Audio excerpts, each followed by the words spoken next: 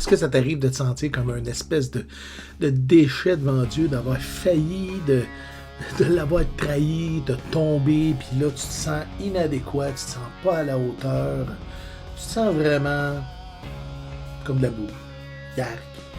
Et là, tu te dis, comment je peux bien être un adorateur quand je me sens comme ça? On parle de ça?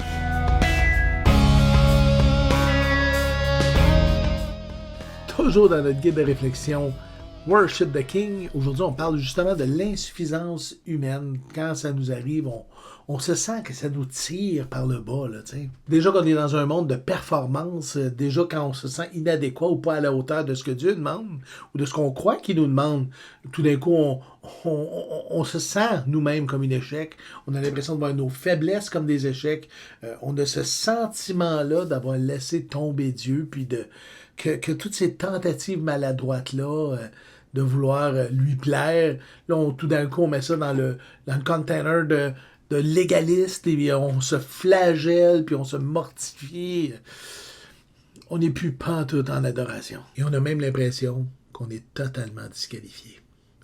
Paul a écrit aux Corinthiens, « Ma grâce te suffit, car ma puissance s'accomplit dans la faiblesse. » 2 Corinthiens, chapitre 12, verset 9. En Occident, tout est aseptisé. On oublie que finalement, quand on n'est pas à la hauteur, c'est une occasion incroyable pour Dieu de nous démontrer tout son amour, toute sa grâce. C'est une occasion de nous guérir, de nous restaurer, et encore plus une occasion de briller, de se révéler au monde à travers des gens faibles comme nous. Chaque problème est une occasion pour lui de nous démontrer son ingéniosité et sa grandeur, sa puissance à l'intérieur de nous pour nous renouveler. Chaque fois qu'on tombe et qu'on pêche, c'est une occasion de nous montrer son amour et sa miséricorde. Vraiment, Dieu se révèle et se glorifie à travers nos faiblesses. En fait, il n'y a aucun échec, aucune chute qui ne peuvent pas permettre à Dieu de nous démontrer sa grandeur et sa bonté, à moins peut-être qu'on la refuse. Évidemment, ça ne veut pas dire qu'il faut courir après l'échec, de tomber volontairement. Justement, Paul en parle aux Corinthiens. Wow, moi je vais tomber de plus en plus profond pour que la grâce surabonde, puis que l'amour de Dieu puisse paraître. Non, là, il y a une question d'engagement. Si j'aime Dieu de tout mon cœur, de tout mon âme, de toute ma force, je ne courrai pas après, mais ça peut arriver. Et ça arrive. Souvent. Très souvent. De tomber. En fait, c'est naturel d'être inadéquat et pas à la hauteur parce qu'on n'est pas Dieu. Donc, c'est juste dans notre nature, on va avoir tendance constamment à tomber. Mais justement, l'idée en arrière de la capsule aujourd'hui, c'est de réaliser qu'à travers toutes ces chutes et tous ces moments de détresse, ben, c'est pas des moments de découragement.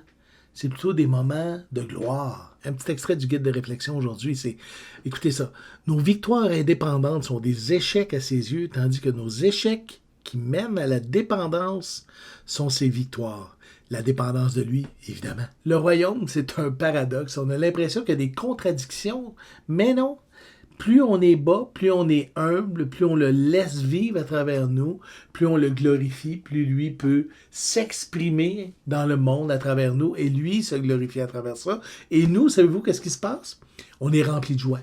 La joie nous emplit, une joie qui est indéfinible. Indéfinible. Une joie qui s'explique pas. C'est-à-dire que si mon cœur veut aimer Dieu, si mon cœur veut glorifier Dieu, à travers le parcours, il va arriver des moments où je vais tomber. Puis pourtant, Dieu va se glorifier à travers ça. Mais si mon cœur est là pour me glorifier moi-même, que je veux m'élever moi-même à ce moment-là, c'est un échec retentissant dans le royaume des cieux. Qu'est-ce qu'on retient là-dedans?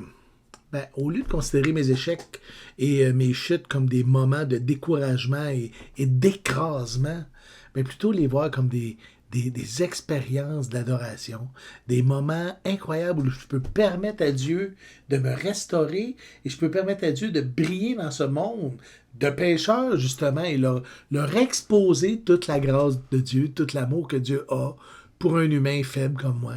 Il n'y a rien de pire que d'essayer de jouer au parfait dans le monde.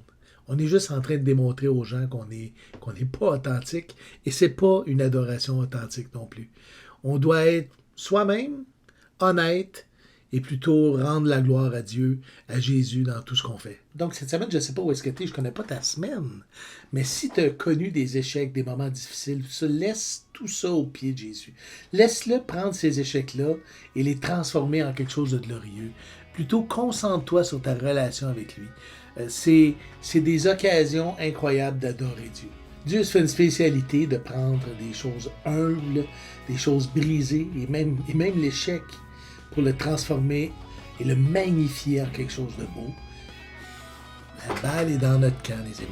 Il s'agit simplement de le laisser faire, de le mettre ça à ses pieds et de prendre la décision aujourd'hui de l'adorer, lui, seulement lui, et rien que lui. C'est une belle occasion d'être un adorateur authentique. C'est dans la nature de Dieu de faire des grandes choses à partir de rien. Imagine ce qu'il peut faire avec un cœur qui l'aime plus que tout. Mais vas-y, abandonne-toi, donne-toi à lui, laisse-le transformer tes échecs en gloire et adore-le d'une façon authentique en étant juste toi-même devant lui. Seigneur, tu sais que je t'aime. Tu sais que je t'aime. Je t'aime comme un homme pécheur. Une belle semaine. Abonne-toi à la chaîne si ce n'est pas déjà fait. Et clique sur la petite cloche pour recevoir les notifications. C'est une semaine de réflexion et que ces échecs-là, non pas te remontent le moral, mais plutôt remontent la gloire de Dieu à travers toi et te remplit de cette vraie joie. Une joie que personne ne pourra travailler. À plus!